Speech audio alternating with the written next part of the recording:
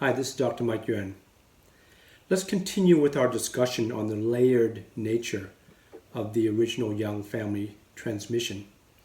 Last video was dedicated to hands, and today we're going to round that off by covering the footwork, the movement of the feet and the footwork.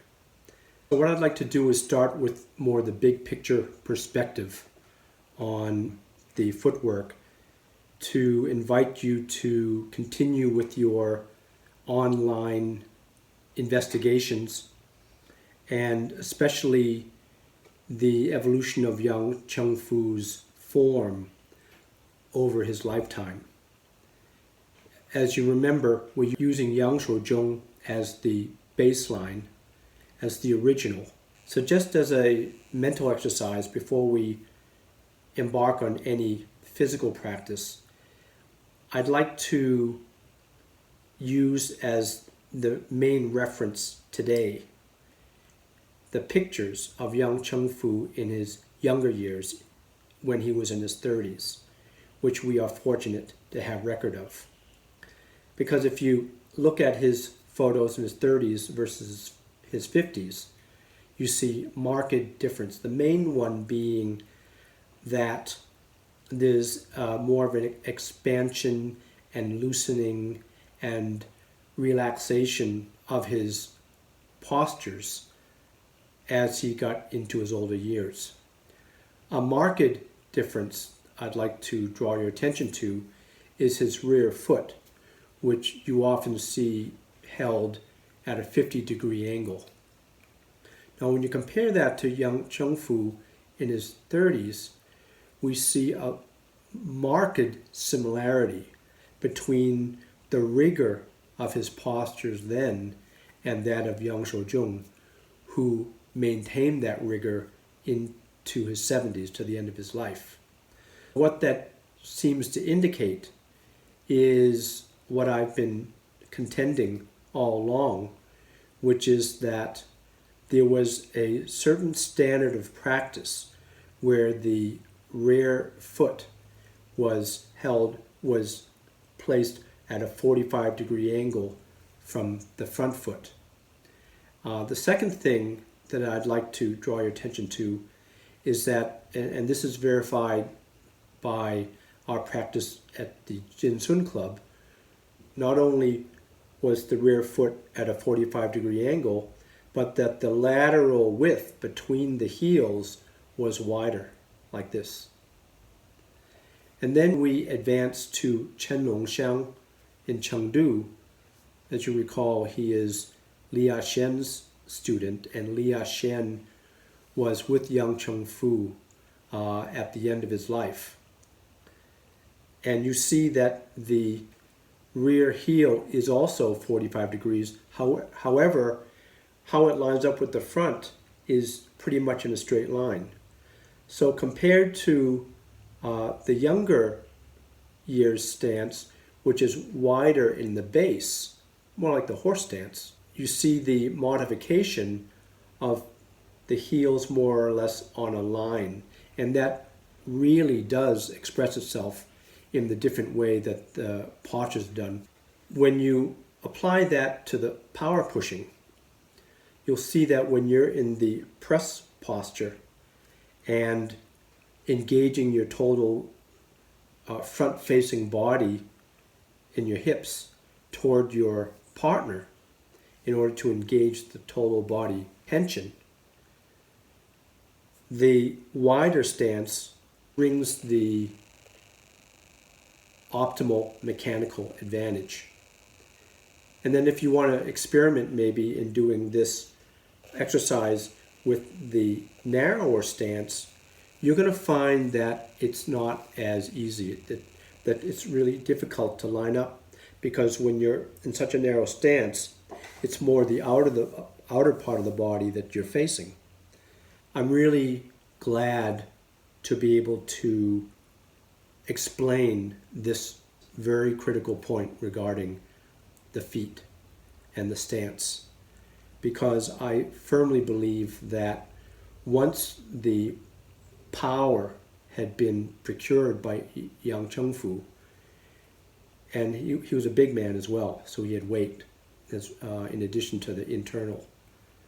That is actually easier to practice with the feet, the heels aligned. And the reason is, if you again go to Chen Longsheng, and remember, this was near the end of Yang Chengfu's life. Li Yashen copied Yang Chengfu's form to the T. Chen Longsheng copied Li Yashen's to the T. And the characteristic of that is what we could call bin bu, which is a together stance. So in the transition between movements, the rear foot is brought up beside and planted beside the strut foot, and the body is allowed to adjust its hips and the balance before that same foot comes forward into, let's say, single whip or brush knee twist step. Now that's a very big difference, because with that bin bu, it's much easier on the body. It doesn't take as much energy. So if you imagine someone who's older and heavier, that's definitely a much more practitioner-friendly way of moving the feet. Compare this to what we're used to seeing, and that is what's called a guo bu, which means the rear foot does not stop at the strut foot, but continues on, lifts up and continues on. This is a much more athletic way of stepping.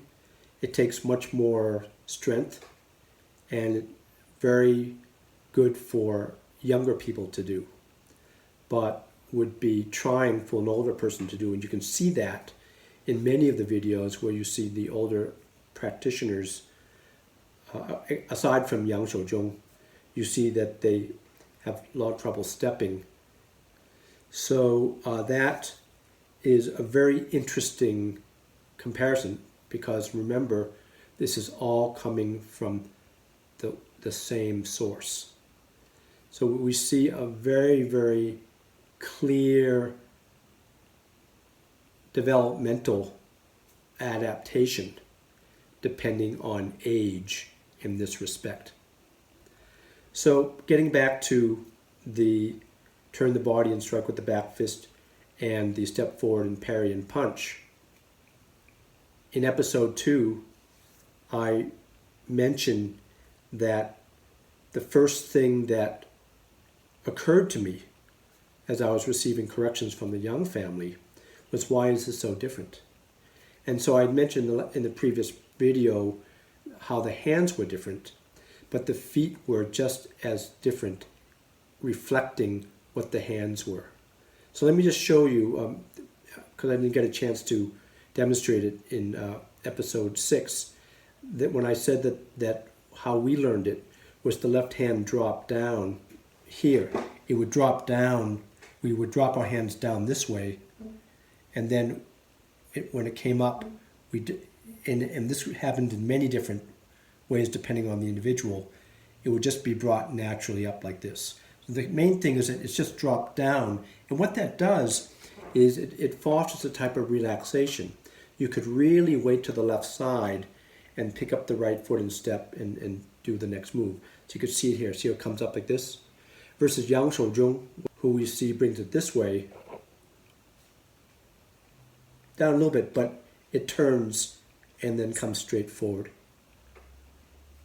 So we'll have to break that down much more extensively in the actual lessons, but I wanted to bring that to attention and to pair this move that Jin Sun was taught, and he was instructed by Grandmaster Yang Shouzhong to promulgate this power pushing method.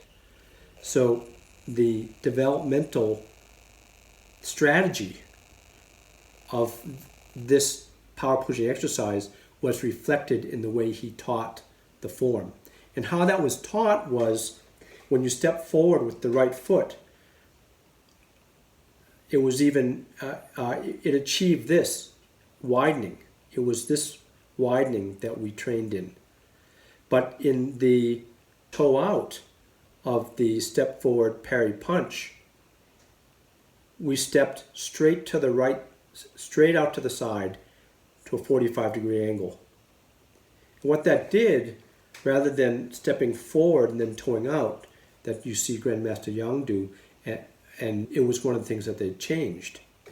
But what you see is that if you step out to the right, you're able to really dedicate all your weight to the right side because it's basically a full-fledged forward stance. It also facilitates the shoulders, the body facing straight forward. Because when you're stepping narrowly or straight to the front and toeing out, you're having to do a little bit of a twist.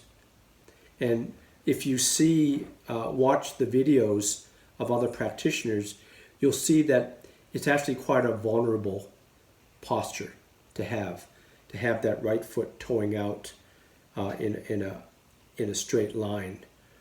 And you can see a lot of compensation for that vulnerability, especially as you see people coming forward with the block, let's say, while at the same time they're stepping forward. But in the Yang family tradition of the disciples, you see them stepping forwards, and then, as Yang Shou does, the left hand comes out, but either from the hip or in the advanced level that Yang Shou demonstrates, stays in the upper register. So that's a very big difference I want to point out to you, that in a lot of the moves in the form, you're just stepping out 45 degrees and you're shifting the weight. Basically, you're facing this way while your head is facing the front. And if you experiment with that, you're going to see that it's actually a very comfortable way of doing it. And it also fosters the lateral width of the 2 feet.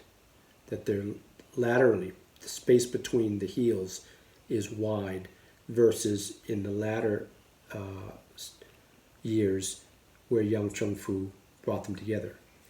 So Yang Shou never modified the system. His father did. And now we might have a little bigger perspective to understand the many styles that came from the other descendants. What I observe is that there isn't sometimes a whole lot of discrimination being applied. The stepping is just done as a matter of rote, straight forward in a line. And you see that in the pushing hands, where there doesn't seem to be a whole lot of attention placed on the difference between the feet having a wider base or a narrow base. So I wanted to dedicate this video to making that point, and that to emphasize that I firmly believe that the original Yang family Tai Chi form was a developmentally based system, that there wasn't just one way to do it. In fact, that the more of the system one had, the more they actually guided you through these different stages of development. Okay, I'm sure this has left a lot of questions. Feel free to leave them in the comments below. You can subscribe and share this with your friends, and let's keep building this community. I greatly appreciate it, and I greatly enjoy sharing with you. Take care.